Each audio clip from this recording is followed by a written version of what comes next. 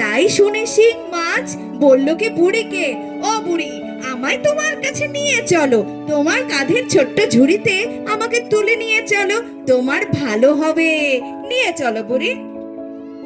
নিবে নিবে? বুড়ি কি শিং মাছকে কাঁধে নিবে? তুলে নিবে? আমার তো মনে হয় নেবে নেবে। আচ্ছা, তারপর কি করলো? তোমরা যখন বলছো বুড়ি শিং মাছকে নিবে, এই বুঝেই বুড়ি বোধহয় শিং মাছকে তার কাঁধের ছোট্ট ঝুড়িতে তুলে নিল। আবার চললো বুড়ি টুক টুক টুক টুক টুক টুক টুক টুক টুক টুক টুক টুক টুক টুক করে নিজের বাড়ির দিকে। এবার যেতে যেতে এক বেল গাছের নিচ দিয়ে যখন বুড়ি যাচ্ছিল, তখন এক বেল গাছ বুড়িকে ডেকে বলল, ও বুড়ি, যাচ্ছ কোথায় ধুরধুরে? এই না শুনে বুড়ি বলল, তা শুনে তোমার কি লাভ বাবু? মনে বড় দুঃখ, রাজার কাছে গেছিলাম নালিশ করতে, রাজা তো আমার কথাই শুনলো না। আরে রাজাকে খুঁজেই পেলাম না, প্রহরীরা দিল তাড়িয়ে। মনের দুঃখে আমি কোনো বিচার না পেয়ে নিজের বাড়ি চলছি। এই শুনে ছোট্ট বেল, গোল বেল বলল, ও বুড়ি, আমায় তোমার সাথে নিয়ে চলো, তোমার বড় ভালো হবে। আচ্ছা, বুড়ি কি বেলদেরকে তার সাথে নিয়ে যাবে? শিং মাছকে তো নিল, আমার মনে হয় এখন বেলকেও নেবে, তাই না আপু? হ্যাঁ হ্যাঁ, মনে হয় বেলকে নিল। তারপর কি করলো বুড়ি? তার ছোট্ট ঝুড়িতে সেই বেলকে তুলে নিয়ে ঝুড়ির মধ্যে রেখে আবার ঠুক ঠুক ঠুক ঠুক ঠুক ঠুক ঠুক ঠুক ঠুক ঠুক করে চলতে চলতে পথ দিয়ে যেই যাচ্ছিল, অমনি ওই পথের পাশ দিয়ে অনেক গরু চড়ছিল। সেই গরুরা অনেক, ওই যে গরুদের বিষ্ঠা, ওটাকে কি যেন বলে, গোবর, গোবর, জৈব সার। সে এক গোবর বুড়িকে বলল পাশ থেকে, ও বুড়ি, কোথায় যাচ্ছ? এই না শুনে বুড়ি বলল, কে কথা বলে, কে কথা বলে, কে কথা বলে? বুড়ি তো অবাক, তাকিয়ে দেখে একতাল গোবর বুড়িকে ডেকে বলছে, ও বুড়ি, কোথায় যাচ্ছ? তারপর বুড়ি বলল, গেছিলাম রাজার বাড়ি, আর কথা বলতে ভালো লাগছে না, সারাদিন অনাহারে, এবার নিজের বাড়ি যাই বাবু। গোবর বলল, ও বুড়ি, আমায় নিয়ে চলো, তোমার ভালো হবে বুড়ি। এই না শুনে বুড়ি কি করলো জানো আলো? কি করলো বলো তো ব্লু, জানো কি করলো? কি করলো? বুড়ি ওই একটাল গোবর নিজের ছোট্ট ঝুড়িতে তুলে নিয়ে গেল। গোবরকেও নিয়ে নিল? হ্যাঁ, গোবর তো ভালো, ও তো সার, জৈব সার। হ্যাঁ, তারপর কি করলো?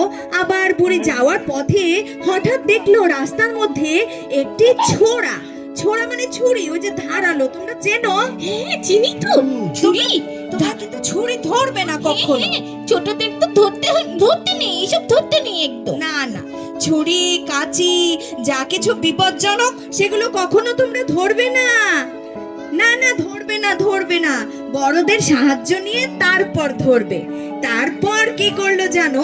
ছুরিও বললো, ও বুড়ি, আমায় তোমার সাথে নাও, তোমার ভালো হবে। এই না শুনে অনাহারে বুড়ি ঠুক ঠুক ঠুক ঠুক ঠুক ঠুক করে সবাইকে সাথে নিয়ে নিজের বাড়ি চলে গেল। সেই রাতে অল্প কিছু আহার ছিল, সেই ভাতখানা আবার পানি দিয়ে রেখে দিল। এই সময়, আহা, তুমি কাঁদছো কেন বাপু? গরমে আমায় তোমার ভাতের হাঁড়িতে রেখে দাও। বুড়ি বলল, এ কি কথা, ভাতের হাঁড়িতে জ্যান্ত শিং মাছ জিয়ে রাখবো? ও মা, এ কেমন কথা? শিং মাছ বলল, ভেবো না বুড়ি, তোমার ভালো হবে। এই না শুনে বুড়ি কি করলো? সেই শিং মাছকে, এই তোমরা মাছ খাও? খাই তো, মাছ খাই, মাছ খাই আমরা। না না, মাছ খেতে হবে, শুধু চিকেন ফ্রাই খেলে হবে না, মাছ খেতে হবে, খুব ভালো মাছ আমিও খাই। আরে ব্লু, তুমিও মাছ খাও? হ্যাঁ। বাহ, মা একটু কাটা বেছে দিলে খেয়ে ফেলি। হ্যাঁ হ্যাঁ, খাবে, মাছ কাটা বেছে মজা করে খাবে, মাছে অনেক পুষ্টি। তারপর কি করলো? সেই ভালো শিং মাছ বুড়ির হাড়িতে যে ডুবে রইলো। তারপর বেল বলল কি, ও বুড়ি, আমায় তোমার চুলার মধ্যে রেখে দাও, তোমার ভালো হবে, রেখে দাও। তাই না শুনে বুড়ি তার সেই ছোট বেলকে চুলার ভিতরে ছাইয়ের নিচে চাপা দিয়ে রাখলো। তার তারপর কি হলো আপু? তারপর সেই গোবর বলল, বুড়ি তোর ঘরের দাওয়ায় সিঁড়ির কাছে আমায় রেখে দে।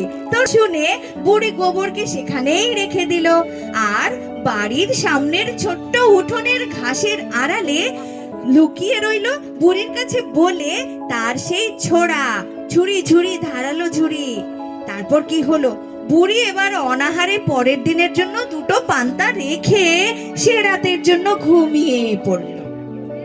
তারপর সেই রাতে চুপি চুপি দুষ্ট কে এলো?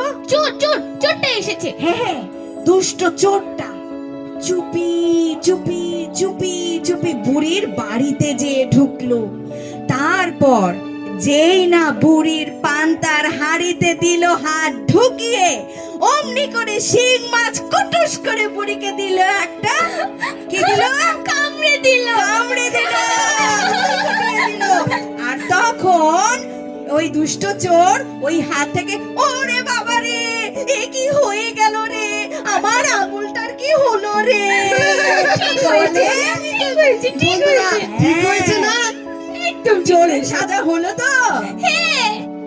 তারপর চোর ভাবলো, এ বাবা, এখন আমার কি হবে? কে যেন ইনজেকশন দিয়ে দিয়েছে, আমার আঙুলে হুল ফুটিয়ে দিয়েছে। যাই একটু চুলার আগুনে সেকে নেই, তাহলে বোধহয় ব্যথাটা ভালো হবে। এই না ভেবে চোর চুপি চুপি ব্যথা নিয়ে আবার যে চুল্লির কাছে গেল, বুড়ির ছোট্ট চুলা, সেখানে ছিল কে ছিল? বেল তখন গরম হয়ে আগুনে রেগে তপ্ত হয়ে চোরের জন্য অপেক্ষা করছিল। যেই না চোর সেই চুলার মধ্যে হাত দিয়ে দিল, অমনি বেল কি করলো? পটাশ করে ফুটে গেল। ভয় পেয়ে গেলাম তো আপু, একদম ভয় পেয়ে গেছি। হ্যাঁ, এইভাবে চোরও কিন্তু ভয় পেয়েছিল। আর অমনি চুলার ছাই সবকিছু চোরের হাতে মুখে চোখে লেগে একেবারে একাকার করে দিল। চোর বলল, ওরে বাবা রে, এ কি সাজা হলো রে, এবার তো আমাকে পালাতে হবে রে। এই ভেবে চোরটা যেই না ঘরের বাইরে দৌড় দিতে গেল, অমনি গোবরের মধ্যে পা পিছলে পড়ে চোরটা একেবারে চিৎপটাং হয়ে গেল। ঠিক হয়েছে, আর কখনো চুরি করবে? কখনো চুরি করবে না। ভীষণ সাজা হলো। তারপর কি হলো জানো? সেই চোর পায়ের গোবরটা একটু মুছার জন্য যেই না ছাইয়ের মধ্যে, সরি দুঃখিত, ঘাসের মধ্যে পা মুছতে গেল, তখনই চোরের অপেক্ষায় ছিল, সাজা দেওয়ার অপেক্ষায় ছিল সেই ছুরি, ধারালো ছুরি। সে কি করলো? একদম চোরের পায়ের কাছে এসে চুপটি করে রইলো। যেই না চোর পা মুছতে গেল, অমনি ঘাচ করে চোরের পা দিল কেটে। এই শিক্ষা হলো। হ্যাঁ, একে একে 4টি সাজা পেয়ে চোর তো পড়ি মরি করে পালাতে গেল। অমনি সেই গায়ের সব লোক জেগে গেল, জেগে চোরকে ধরে দিল কত উত্তম মাধ্যম দিল একদম। তারপর বুড়ি কি করলো? উঠে হেসে, ওরে চোর, তোর কেমন সাজা হলো রে চোর। এই না বলে চোর সেদিনের জন্য ধরা পড়ে গেল। সকলে মিলে রাজার কাছে চোরকে বেঁধে নিয়ে গেল। ভীষণ সাজা হলো। তোমরা কিন্তু কারো কোনো জিনিস না বলে কখনো নিবে না।